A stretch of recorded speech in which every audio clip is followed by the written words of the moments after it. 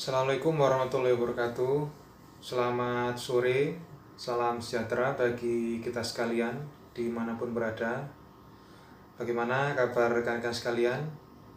Semoga pada kesempatan kali ini kita semua selalu dalam keadaan sehat walafiat, selalu diberkahi keselamatan dan kebahagiaan bersama keluarga dan orang-orang yang kita kasihi.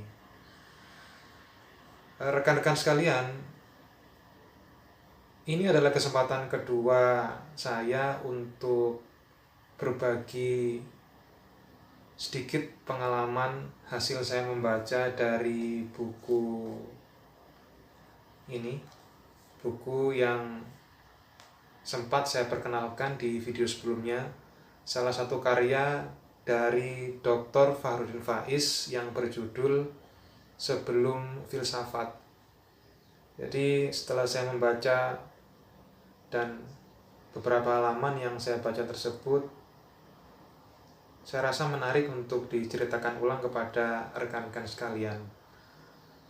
Tentu cerita ini adalah versi saya, ala saya, untuk kemudian saya rekonstruksi, saya sajikan ulang, saya sampaikan menggunakan cara dan bahasa saya. Saya juga berharap semoga rekan-rekan dimanapun berada yang sempat melihat video ini merasa berkenan dan kita semua mendapatkan manfaat dari sedikit pengalaman membaca yang saya bagikan kembali kepada rekan-rekan sekalian.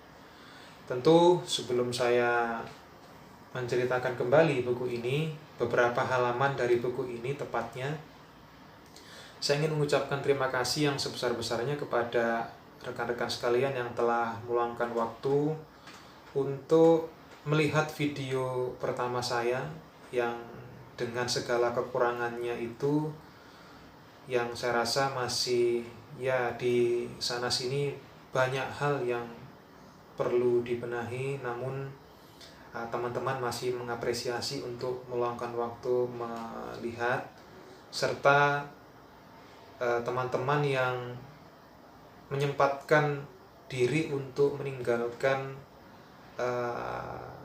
kritik dan saran di kolom komentar, yang saya yakin bahwa apa yang disampaikan teman-teman itu sekali lagi akan menjadi acuan bagi saya agar menjadi sebuah pegangan, pedoman untuk menyajikan cerita yang lebih menarik dan layak untuk disajikan kepada rekan-rekan sekalian dari waktu ke waktu.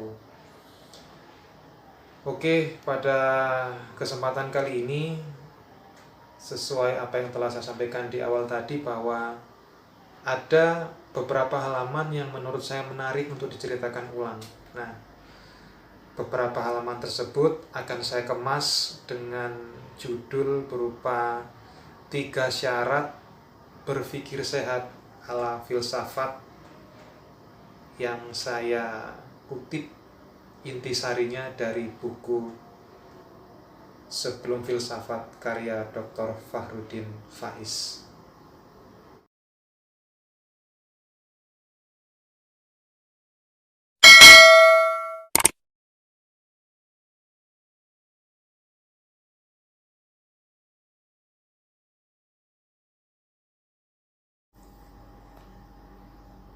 Oke, 3 syarat berpikir sehat ala filsafat. Semoga dengan judul seperti ini tidak membuat rekan-rekan sekalian merasa diburu rasa ngantuk, karena kecenderungan ketika kita berbicara tentang filsafat itu, maka kesan yang muncul pertama adalah cukup membosankan mungkin, maka dampaknya kita bisa ngantuk. Tapi kalau kita mau sedikit menggali, ternyata di balik rasa kantuk itu ada anugerah yang luar biasa yang harus disyukuri. Kenapa? Karena setidaknya ada 2 hal. Yang pertama, ngantuk memang sebagai isyarat atau indikator untuk kita dapat masuk ke alam tidur. Jadi bisa kita bayangkan betapa kacaunya dunia ini kalau kita tidak diberi rasa ngantuk, tiba-tiba saja langsung tertidur dimanapun kita berada. Tentu akan menjadi sebuah keadaan yang sangat tidak baik gitu. Yang kedua, ternyata ngantuk ini berada pada posisi gelombang otak yang turun satu level dari gelombang alfa ke posisi gelombang theta. Nah, gelombang otak itu kan ada 5 ya. Yang pertama delta, theta, yang ketiga alfa, beta, dan gamma. Maka pada posisi theta ini berkaitan dengan kekuatan memori, daya ingat yang terbentuk. Di posisi seperti saat inilah kemudian ketika kita mempelajari ilmu pengetahuan baru atau tentang berbagai macam hal, dimungkinkan dapat diserap dengan cukup baik gitu. Oke. 3 syarat berpikir sehat ala filsafat dalam buku ini. Yang pertama adalah penulis mengajak kita untuk bermigrasi atau berpindah dari paradigma berpikir mitos menuju ke paradigma logos. Jadi apa itu paradigma mitos? Jadi mitos itu adalah folklore atau cerita rakyat yang bersifat tradisional yang kemudian diyakini oleh sebagian rakyat di suatu wilayah gitu. Siapa yang meyakini? Ya si pembuat dan pengikutnya gitu. Jadi sifatnya cenderung secara parsial. Maka kemudian pada era awal-awal lahirnya filsafat, di zaman ada tokoh yang bernama Thales di tahun 624 sebelum Masehi, penggagas pertama kali lahirnya filsafat, itu mengajak masyarakat Yunani kuno untuk berpindah secara bertahap. Karena diyakini bahwa pola pikir yang bersandar pada mitologi itu hanya bersifat parsial, tidak dapat kemudian diterima oleh kebanyakan orang pada saat itu. Maka diajaklah untuk bermigrasi ke paradigma berpikir logos. Logos itu apa? Sederhananya kira-kira logos itu adalah ilmu pengetahuan. Ya, dalil-dalil kemudian yang dibuktikan melalui proses yang cukup panjang, dilakukan secara sangat hati-hati dan hasilnya dapat diterima hampir mayoritas dari orang-orang saat itu. Maka sifatnya cenderung general karena setelah dibuktikan melalui proses buktian oleh si pelaku. Maka hal tersebut menjadi patokan agar kemudian cara berpikir itu lebih bersifat general dan kemudian terbuka untuk dapat memahami berbagai fenomena yang ada di sekitar kita gitu. Jadi buku ini di syarat pertama mengajak kita untuk bermigrasi dari pola pikir atau paradigma mitologi ke logos, mitos ke logos gitu. Karena kenapa? Tidak hanya di Yunani kuno sebetulnya. Yunani kuno yang saat itu mungkin ketika ada hujan turun, mereka beranggapan bahwa oh ini mungkin karena kebaikan dewa Zeus, penguasa langit, yang menurunkan hujan ke bumi. Padahal tidak, mungkin karena memang secara ilmu pengetahuan itu ada proses alam yang sedemikian rupa yang membuat hujan itu harus turun ke bumi. Atau mungkin pada saat Yunani kuno itu, mitologi Yunani kuno, ketika ada orang dianggap mampu atau cerdas menyusun strategi perang, jangan-jangan itu warisan pengetahuan oleh Dewi Athena. Dewi Athena itu dewi yang memiliki kemampuan strategi perang. Tentu tidak. Bisa jadi mungkin karena dia belajar cukup panjang tentang ilmu strategi perang. Jadi hal-hal seperti itulah yang kemudian menjadi perdebatan sengit di awal lahirnya filsafat era Thales tahun 624 sebelum Masehi, 624 tahun sebelum Masehi.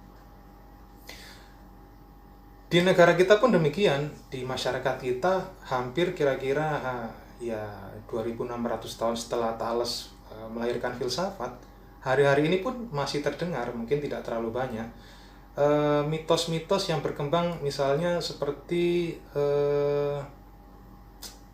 kalau nyapu tidak bersih maka akan mendapatkan jodoh yang brewokan. Ini kan menjadi pertanyaan usil kemudian kalau ada orang yang bertanya, lantas kalau subjeknya yang menyapu itu laki-laki, bagaimana? Apakah masih berlaku mitos tersebut? Atau mitos yang mengatakan ketika kita duduk di bantal itu akan menyebabkan bisulan? Tentu tidak.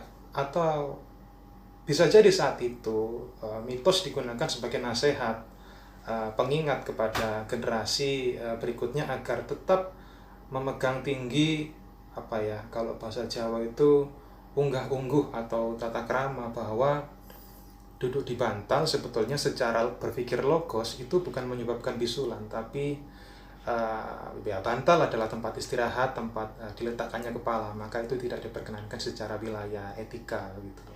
Nah, hal-hal seperti inilah kemudian yang rasanya perlu mengalami proses pergeseran paradigma berpikir dari mitos menuju ke logos begitu. Itu yang pertama. Yang kedua, menurut buku ini sederhananya kira-kira syarat kedua itu kita dianjurkan untuk tetap memiliki rasa takjub terhadap berbagai macam hal yang terjadi atau fenomena yang terjadi di sekitar kita. Maka dengan adanya rasa takjub itu diharapkan kita mampu memelihara rasa atau keinginan untuk terus bertanya terhadap apapun yang terjadi di sekitar kita. Penting rasanya, karena hari-hari ini kita merasa bahwa bertanya itu menjadi hal yang sangat mengkhawatirkan. Kalau kita mau jujur, banyak sekali fragmen-fragmen di kehidupan kita sehari-hari itu yang unik, lucu, dan patut dipertanyakan, namun tidak kita lakukan, enggan kita lakukan, karena tentu berbagai macam hal. Rasa-rasanya kita perlu belajar sedikit kepada anak kecil gitu ya. Kalau kita melihat anak kecil itu yang logikanya sudah terbuka, tidak segan-segan mereka akan terus bertanya tentang berbagai macam kegelisahan yang ada dalam pikirannya. Mungkin pada fase tertentu kemampuan bertanya anak kecil itu akan melelahkan orang dewasa atau orang tuanya, karena dianggap pertanyaan-pertanyaan itu membuat pada posisi tertentu si orang tua kesulitan untuk menjawab. Maka pertanyaan anak kecil kemudian itu dihentikan, dilarang gitu. Maka ketika kita mendapati siapapun, entah itu anak kecil atau anak remaja atau orang dewasa yang mencoba untuk bertanya atau mengungkapkan, menyampaikan gagasannya, mari kita mulai mencoba untuk memberikan ruang agar dalam rangka itu tadi, untuk memberikan kesempatan setiap siapapun di antara kita dapat memelihara kemampuan atau kepekaannya terhadap keadaan yang ada di sekitar mereka.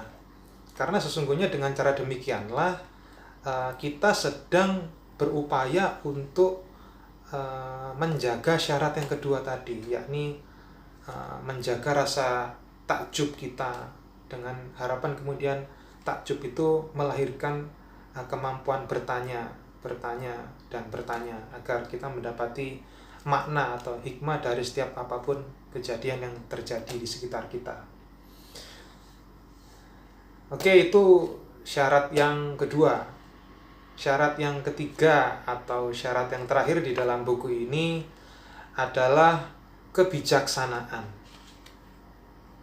Tentu kebijaksanaan ini memiliki makna yang sangat luas, memiliki pengertian yang sangat banyak sekali, tergantung siapa dan sumber dari mana yang kita dapatkan. Setidaknya dari sumber buku yang telah saya baca beberapa halaman ini, untuk mencapai kebijaksanaan itu ada 4 syarat lah kira-kira, atau ada 4 modal.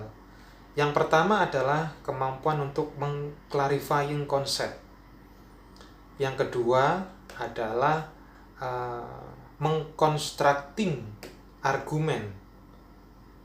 Yang ketiga adalah menganalisis atau analyzing.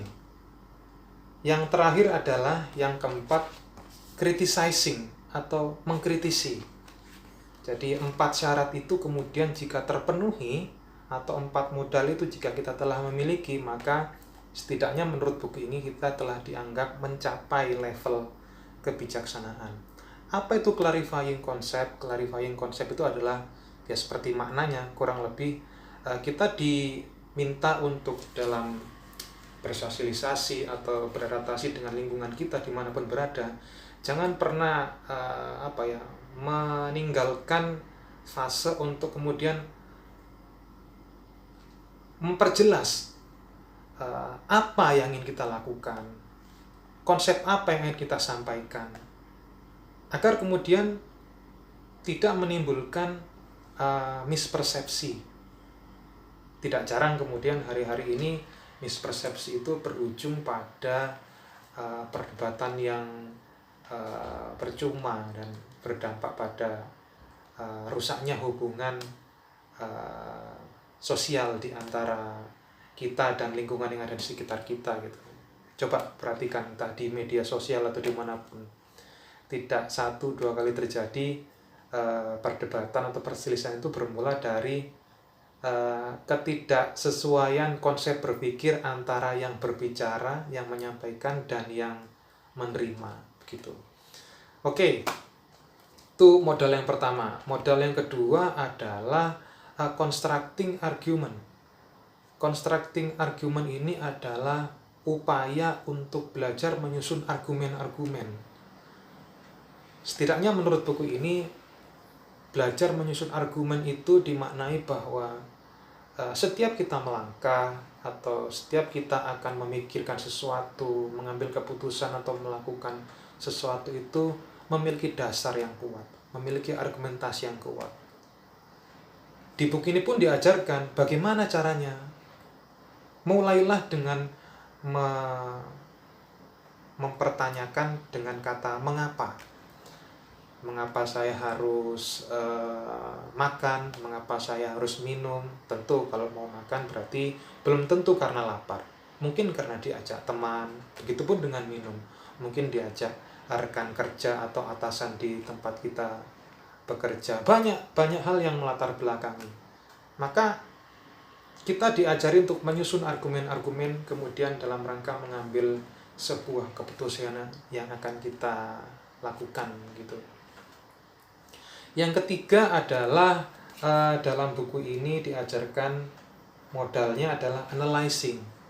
Analyzing adalah analisis, menganalisis apa yang perlu dianalisis. Maka kita itu diminta untuk sesuai dengan porsi dan proporsinya, menganalisa porsi kita itu seberapa sih proporsinya.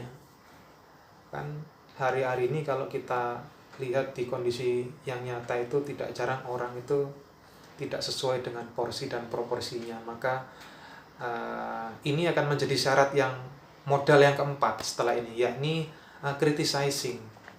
Apa itu mengkritisi?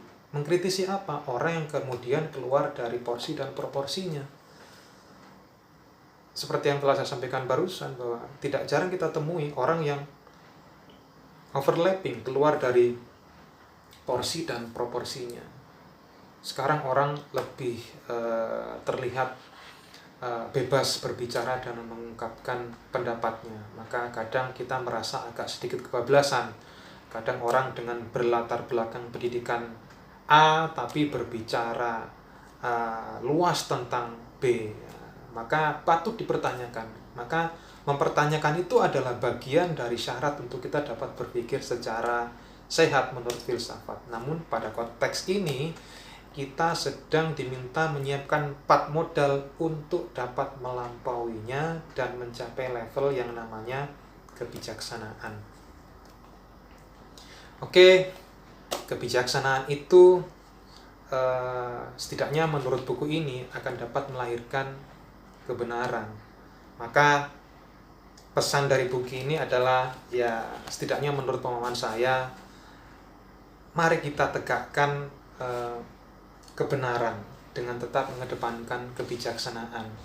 Karena kebenaran tanpa kebijaksanaan itu, kalau kita boleh jujur, hari-hari ini justru akan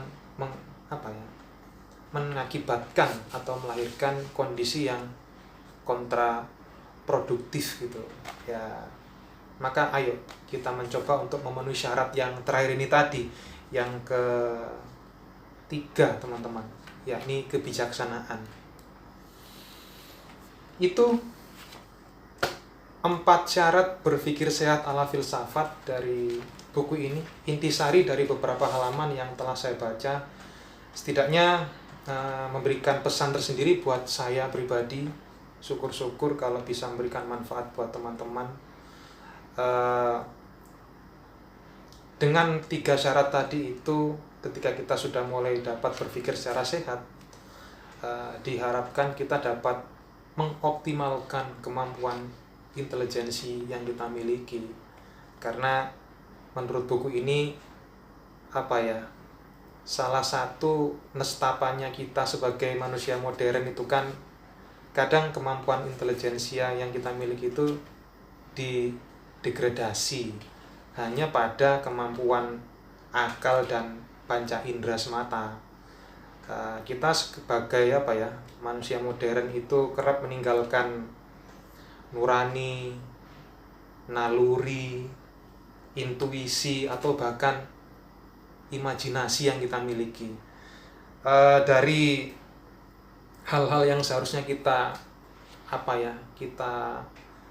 kumpulkan menjadi satu kekuatan besar itu, kita degradasi.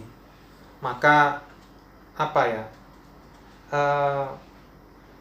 kita jauh dari cita-cita buku ini untuk mencapai syarat yang keempat. Apa itu? Ya, kebijaksanaan. Sekali lagi seperti yang telah barusan saya sampaikan begitu. Maka semoga sedikit yang saya upayakan untuk dibagi lagi ke teman-teman menggunakan bahasa saya yang masih sangat sederhana ini. Saya berharap sekali lagi dapat memberikan manfaat buat saya pribadi. Maka syukur alhamdulillah juga jika cerita saya ini yang bersumber dari buku Sebelum Filsafat karya Dr. Fahrudin Faiz ini dapat memberikan insight tersendiri bagi rekan-rekan sekalian. Oke, jadi begitu teman-teman. Semoga kita dapat bertemu lagi di lain kesempatan. Jika teman-teman setuju, saya untuk membuat video berikutnya. Bagaimana? Apakah rekan-rekan sekalian masih kiranya memberikan saya kesempatan begitu untuk bercerita dari buku ini atau dari buku-buku yang lainnya? Saya tunggu jawaban teman-teman dari manapun berada. Mohon kiranya berkenan meninggalkan saran dan pendapatnya di kolom komentar. Jikapun ada manfaatnya, mungkin bisa meninggalkan dan menekan tombol like, subscribe, atau jika dirasa ini penting untuk dibagikan ke teman-teman lain, mungkin silakan bisa dibagikan. Saya sangat berterima kasih untuk itu atas apresiasi yang diberikan kepada saya. Baik, kurang lebihnya saya mohon maaf. Sampai jumpa di lain waktu dan kesempatan. Assalamualaikum warahmatullahi wabarakatuh. Selamat sore.